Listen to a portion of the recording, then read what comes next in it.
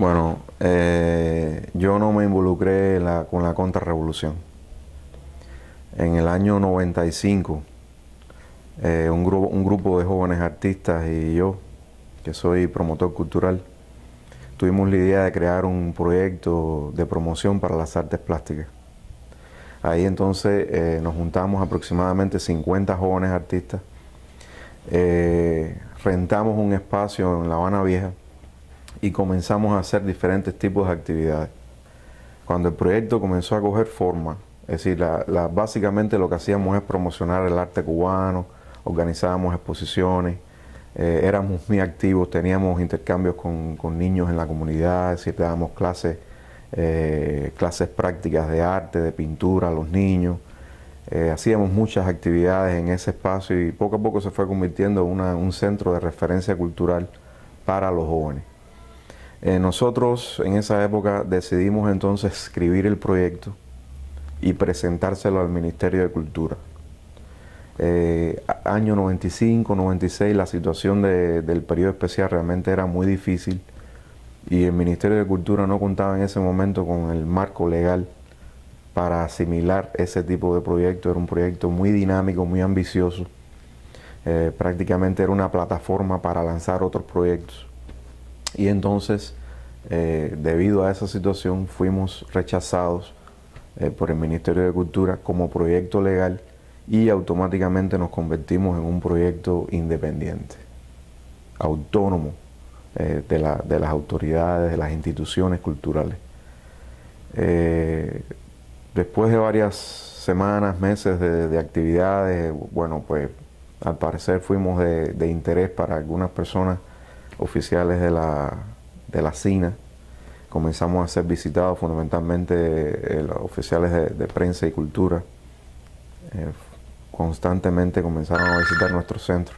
Bueno, pues después de varias semanas de trabajo y teniendo esta especificación de que tuvimos que trabajar paralelo a las instituciones, pues nos convertimos en un proyecto independiente y al parecer eso llamó la atención de algunos señores de la Oficina de Prensa y Cultura en la SINA y comenzaron entonces a visitarnos, a interesarse por el proyecto, por el funcionamiento del proyecto, qué hacíamos en el proyecto, cómo nos organizábamos, cuáles eran las actividades que teníamos, cómo encontrábamos los fondos, el financiamiento para trabajar, cuáles eran nuestros objetivos, cuáles eran nuestros planes futuros, nuestros sueños.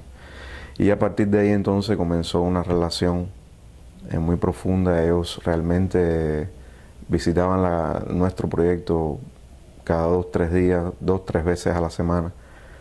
Y comenzaron entonces a involucrarnos de cierta forma en las actividades que ellos tenían programadas dentro de la oficina. Es decir, básicamente todos los fines de semana nosotros éramos invitados a recepciones en diferentes casas de oficiales de la SINA, ya sea la primera secretaria Vicky Harrelson o el secretario de Prensa y Cultura, que en aquella época era Judith Breyer, me parece que era en esa época.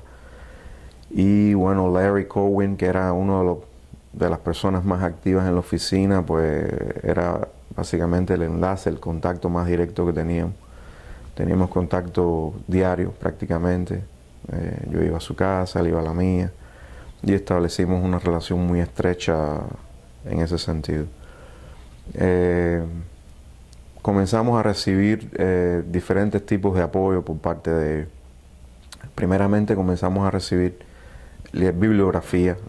Recibíamos toda la semana cajas, paquetes con diferentes tipos de libros, de revistas, de todo tipo, catálogos de arte, con el objetivo de que formáramos una especie de biblioteca cultural ahí en el centro, para que los jóvenes que fueran allí pudiesen entonces tener acceso a la información y bibliografía producida en los Estados Unidos.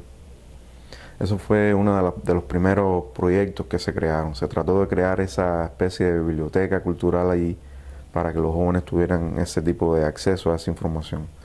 Ahí habían revistas de todo tipo, había muchas revistas de marcado corte editorial era derechista. Podemos mencionar la revista Times, Recibíamos también diferentes revistas en español producidas en la Florida y con muchísimos artículos que se podían leer, que eran artículos obviamente escritos por personas que no eran amigos de la revolución. Nosotros pensamos que ese acercamiento por parte de estos señores fue un acercamiento muy intencionado, muy marcado, y nos vimos inmersos en esta línea, en esta política, en este plan que pensamos que ellos estaban trazando de acercamiento hacia los jóvenes y sobre todo hacia los jóvenes artistas, para que de cierta forma fueran influenciados por la cultura norteamericana. De cierta forma hasta ellos pensaron que podían encontrar algún joven que a través de todo este sistema de influencia que ellos estaban ejerciendo, a través de todas las publicaciones y los libros, la bibliografía, las invitaciones que se hacían a estas recepciones con música, con comida, con bebidas y otras invitaciones que después más adelante les explicaré, poder influenciar la mente de estos jóvenes y que estos jóvenes comenzaran a cambiar su forma de pensar y comenzaran entonces a crear un tipo de arte que fuera un poco más contestatario, contrarrevolucionario, antisocialista, y básicamente ese era el objetivo. La relación con ellos fue muy intensa. Pienso que poco a poco se fue intensificando, se fue compenetrando la relación. Recuerdo que muchos norteamericanos visitaban nuestro proyecto enviados por ellos desde los Estados Unidos.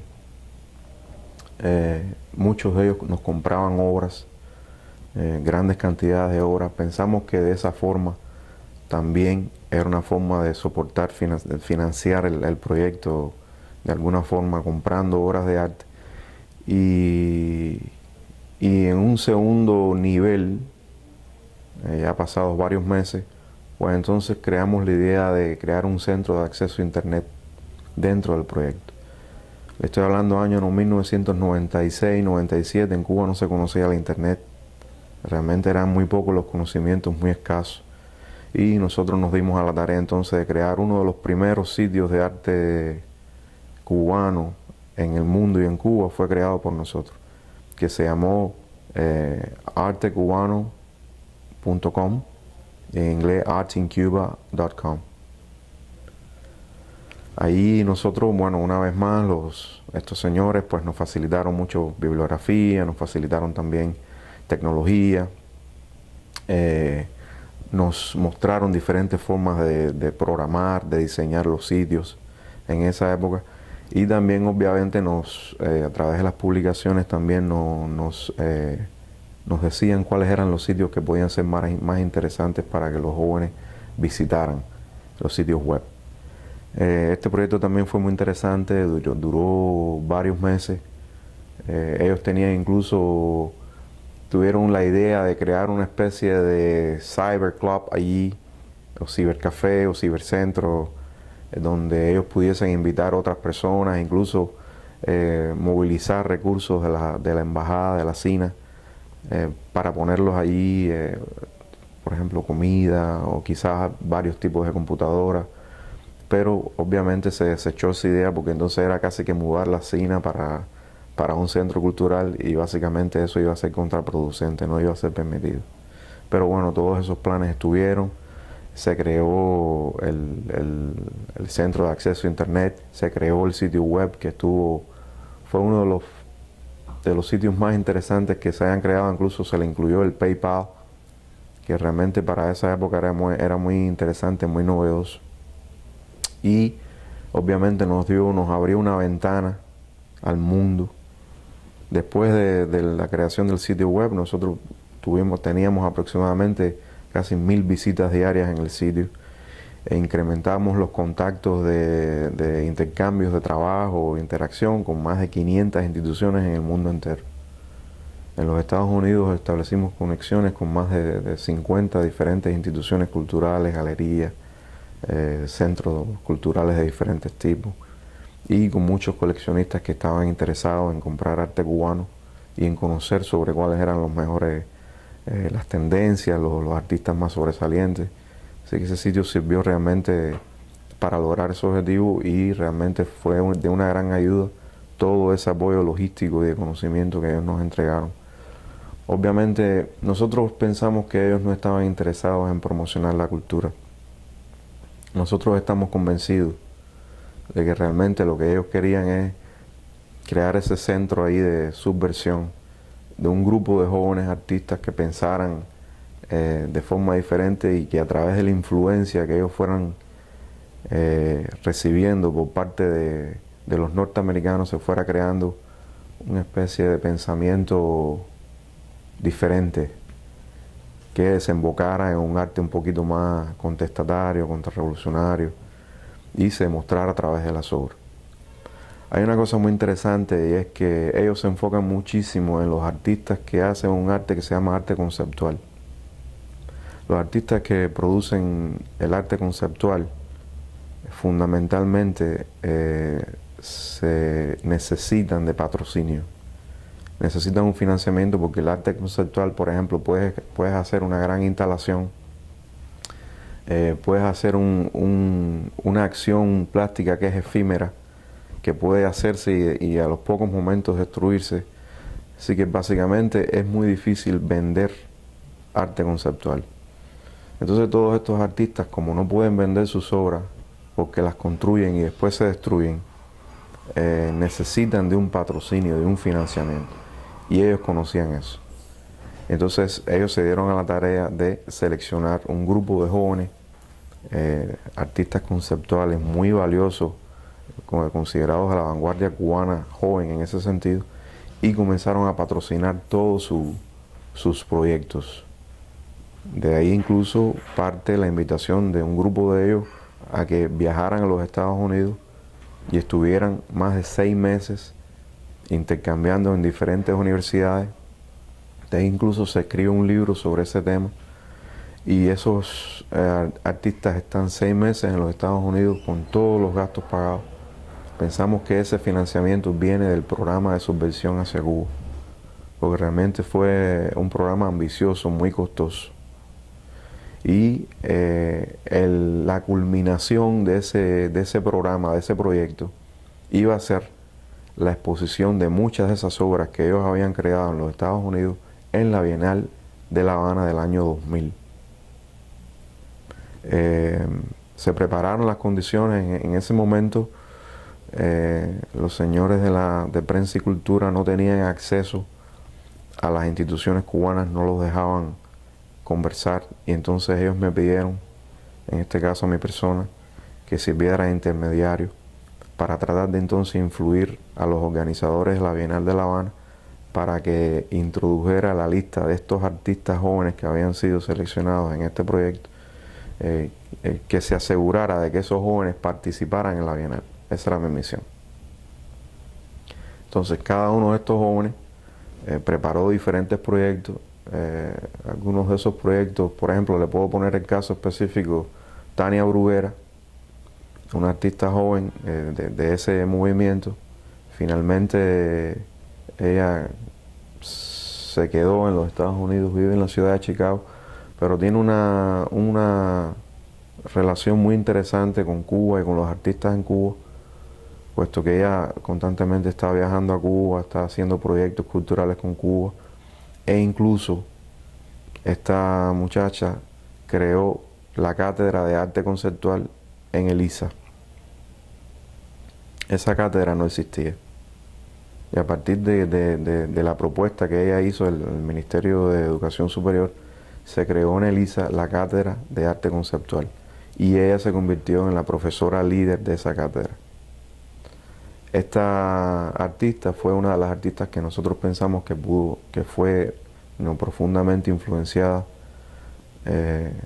por ellos, y pensamos que sirvió muchísimo a las intenciones y a los planes que ellos tenían, puesto que constantemente toda la obra que ella comenzó a hacer después de esta conexión que ella tuvo con los norteamericanos, pues cambió radicalmente el concepto de su obra y comenzó a hacer una obra mucho más contestataria, contrarrevolucionaria.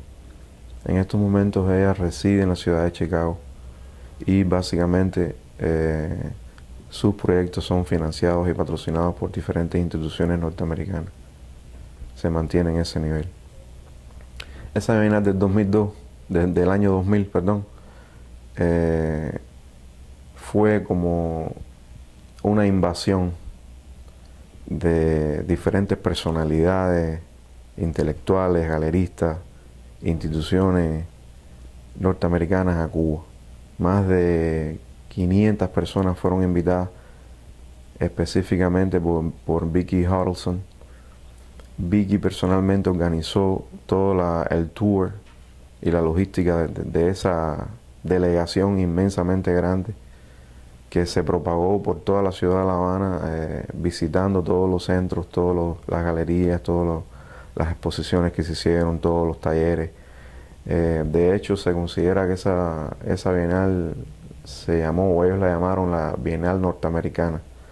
Pues, sí, no sé si usted se acuerda, porque hubo una influencia muy grande por parte de la CINA y específicamente por parte de la jefa de la CINA en ese momento, que era la señora Vicki Huddleston, para que estas instituciones, galeristas, personalidades de la cultura norteamericana visitaran e intercambiaran en ese sentido con todos los artistas, conocieran a los artistas cubanos y conocieran sobre el arte cubano. Pienso que eso fue uno de los proyectos más profundos, más ambiciosos que ellos tuvieron en el sentido cultural. Básicamente los Estados Unidos han gastado millones de dólares en este proyecto.